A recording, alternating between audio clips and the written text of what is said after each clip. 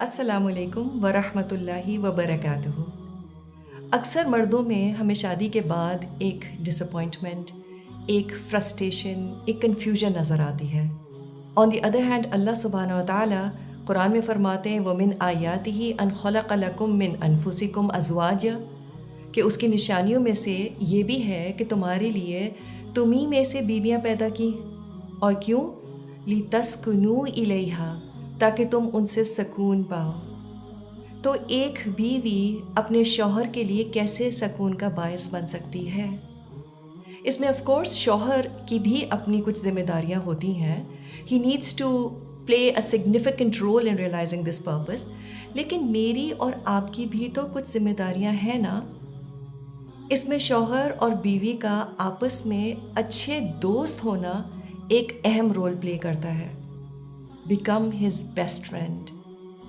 ہمارے سامنے عائشہ اور خدیجہ رضی اللہ عنہما کی مثالیں موجود ہیں۔ محبت اور عزت کے ساتھ ساتھ وہ رسول اللہ صلی اللہ علیہ وسلم کی بہترین ساتھی بھی تھیں۔ Now think about your best friend۔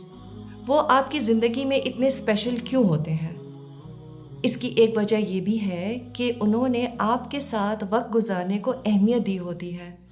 They made an effort to get to know you and do stuff that you both enjoy۔ تو کیا آپ اپنے شوہر کے ساتھ کوالٹی ٹائم گزارتی ہیں؟ Where the focus is just on having fun and sharing things together? Set a date night with your spouse. Share your likes, your dislikes, share your dreams۔ پھر ہمارے دوست ہمیں ایکسیپٹ کرتے ہیں اور ہمیں خوش بھی رکھتے ہیں، اور اسی لیے وہ ہمارے دوست ہیں۔ So how accepting are you of your spouse؟ ہم نے کہیں انہیں بہتر انسان بنانے کی ذمہ داری تو سر پر سوار نہیں کی ہوئی۔ These behaviors push a man away۔ He doesn't need another mom in his life۔ ان کے گھر آتے ہی کیا ایک لانگ لسٹ آف کمپلینٹ تو نہیں تیار ہوتی؟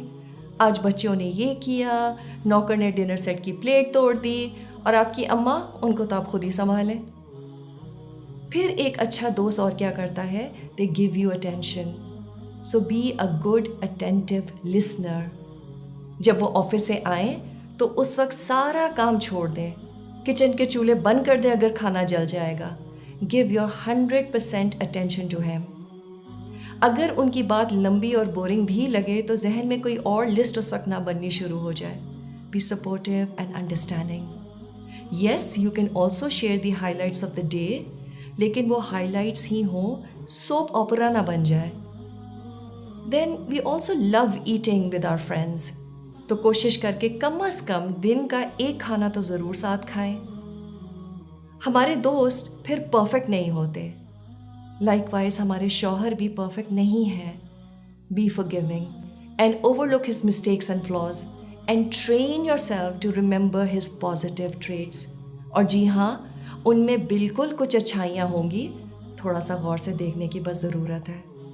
پھر ہم دوستوں کے ساتھ پلانز بھی تو بناتے ہیں، تو شوہر کے ساتھ بھی پلانز بنائیے۔ Travel together, go for a walk, eat out, anything you both enjoy doing together. Most importantly, do you love together?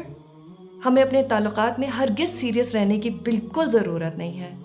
Couples that can laugh together, they stay together through thick and thin۔